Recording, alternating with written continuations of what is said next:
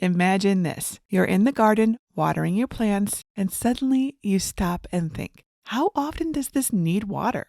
The tag is faded, your hands are dirty, and now you're trying to search plant care instructions on your phone. But what if the answer was built right into your garden? Imagine scanning a small marker like this and instantly seeing exactly how much sun, water, and fertilizer your plant needs. No guessing, no searching. Everything you need is right there with the plant. Hello everyone, Jennifer Maker here. It's a beautiful day to show you how to make smart garden markers with built-in QR codes that pull up your plant's care guide in seconds. They're weather resistant, easy to customize, and perfect for herbs, vegetables, flowers, or anything else you grow. I'll walk you through designing the marker in Canva, creating the QR code, and printing and pressing it using a special tool you probably already have, and sealing it so it holds up outdoors. By the end, you'll have a durable garden marker that instantly reminds you how to care for your plant whenever you need it. And I've already made the elements for you. You can download the free plant care garden marker files from my free library at jennifermaker.com/804. Inside, you'll find the marker guide and 3 different gnome designs ready for customization. I made these with the help of AI art generation and then adjusted them with human hands using image editing software. Now, I recommend watching this tutorial all the way to the end before trying it. And remember, you can change the speed and rewind as needed. And if you're brand new to sublimation crafting, I also have a beginner tutorial at jennifermaker.com/sublimation basics for beginners. Let's start by measuring the garden marker blank so we can design our artwork in Canva. First, measure the head width, then the head height, and finally the full height down to the point. Decide which plant you want this marker for so you can get the details right.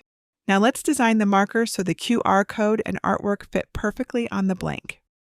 In Canva, create a custom-sized canvas slightly larger than your marker blank. This extra space gives you bleed so the design extends past the edges when pressing. On your fresh canvas, upload and add the guide PNG. The black line shows the marker shape and the red line shows the bleed area. With the lock icon closed, resize the guide to match your canvas width and align it to the top left corner. Add your gnome artwork and size it to fit the canvas. Then add your plant's name in an easy-to-read typeface and color. You can use a color from the design and even save the color hex code to use in the QR code builder. You can also adjust the background color, but I'll leave mine white. I can even teach you how to really customize your garden marker design in my advanced program at jennifermaker.com/advance if you're interested in learning how. Now let's add the feature that makes these markers so helpful, a QR code. Click on the apps icon and find the QR code option by Canva. In another browser tab, open a reliable plant care page like Burpee or another gardening website. Search for your plant, open the correct plant care information page, and copy the URL. Back in your Canva Projects tab, paste the link in the URL field. If you'd like, you can customize the code with colors by clicking the down arrow. Use the swatches to choose your QR code's colors or add in your hex code from before. For best scanning results, keep the QR code dark on a light background. Set the margin slider to 0 so your code doesn't have a white border around it. Then click Generate Code to add the QR code to your canvas. Select the QR code image, click Position, make sure the lock icon is closed, then resize it to fit in the white square. Keep the code at least 0.8 inches wide so it scans easily outdoors. Position the QR code inside the gnome's white square. Then drag the zoom slider all the way to the right and make sure the code is centered. When you're finished designing your marker, click Position. Click the 3 dots icon on the guide layer, then select Delete to remove it from your canvas. In the top menu, click Share and select Download. Make sure the file type is set to PNG and download it. Next, print your design using your preferred software, like Google Docs. Make the image slightly larger than your blank marker so the edges are fully covered during pressing.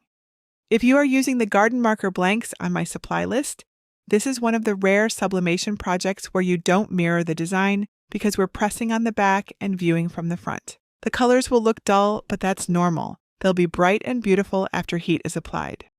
Set your easy press to 400 degrees Fahrenheit with the timer set to 60 seconds. Remember to open a window and turn on a fan to improve ventilation before pressing. Remove any protective film from the blank marker, but don't scratch it. Cut your print down to a smaller rectangle, leaving at least a ½ inch border of white around any inked areas for taping. Place the print face up on your work surface. Place the blank's white sublimation side down on the print so the clear side is face up and the design is positioned where you want it on the marker's head. For all over designs with a colored background, make sure an even amount of ink shows on the head's left, top, and right sides for even centering. Place a piece of heat-resistant tape across the top edge of the blank so only a small strip of tape is on the acrylic. If too much tape is on the acrylic, tape marks can appear on your blank after pressing. Let the rest of the tape hang over the edge and press it tightly against the blank's raised side to help prevent gaps that can cause transfer errors. Then flatten the remaining tape onto the paper. Hold the top in place and secure the pointed bottom with a piece of heat-resistant tape. Keep the tape tight to avoid gaps. Place the marker on a hard surface with cardstock underneath to protect your table. I'm using a cutting board. In my testing, I found that pressing the hot acrylic into a soft pressing pad causes the blank to bow under pressure. Using a hard surface keeps your marker flat so it won't warp and looks professional. Place a fresh piece of white uncoated butcher paper on top of the design to protect your press from ink. It should be large enough to cover your design and pressing area completely. Make sure the temperature of your easy press is 400 degrees Fahrenheit or 204 degrees Celsius, and that the timer is set for 60 seconds. Press the whole design firmly for 60 seconds, keeping even pressure across the entire surface. When the time is up, lift the easy press straight up to avoid ghosting or a shadowy double image. Place the press back on its base. Leave the butcher paper in place and set a flat, heavy object directly on top of the garden marker and press down for an additional 60 seconds to prevent warping. Let the project cool completely for a couple minutes. Then remove the book, the butcher paper, the tape, and the print to reveal the transferred design. To protect it from sun fading, bring the marker outside and spray a thin layer of sealant on it, following the manufacturer's safety instructions. Let it dry for 10 minutes, then move it to a safe spot to cure for at least 5 hours. And just like that, you have a durable garden marker that works as hard as you do. Now, whenever you need to check on your plant, simply scan the QR code and the information appears instantly. It's a simple project that can make gardening feel calmer and much more organized. And if you notice while watching this that some parts felt easy and other parts felt a little uncertain, it's okay, it's normal. Sublimation crafting looks simple on the surface, but it's the small details that make the difference between something that works and something that really turns out the way you hoped. That's why I keep everything I use to solve my problems, my settings, and the fixes I reach for in one place. It's my Sublimation Survival Guide, and it's there for when you want that next project to feel a little more predictable. You can find it at jennifermaker.com/Sublimation Survival Guide. And if you're already thinking about how you'd change this, maybe different colors, a different style, or something that feels more like you, that's where things really start to get fun. Because customizing isn't just swapping pieces. It's knowing what you can change without ruining the result. That's what I show inside Advance. I take designs like these and walk you through how to actually make them your own, step by step. And if that's the direction you want to go, you can learn more at jennifermaker.com/advance. Until next time, this is Jennifer Maker reminding you to craft a life you love.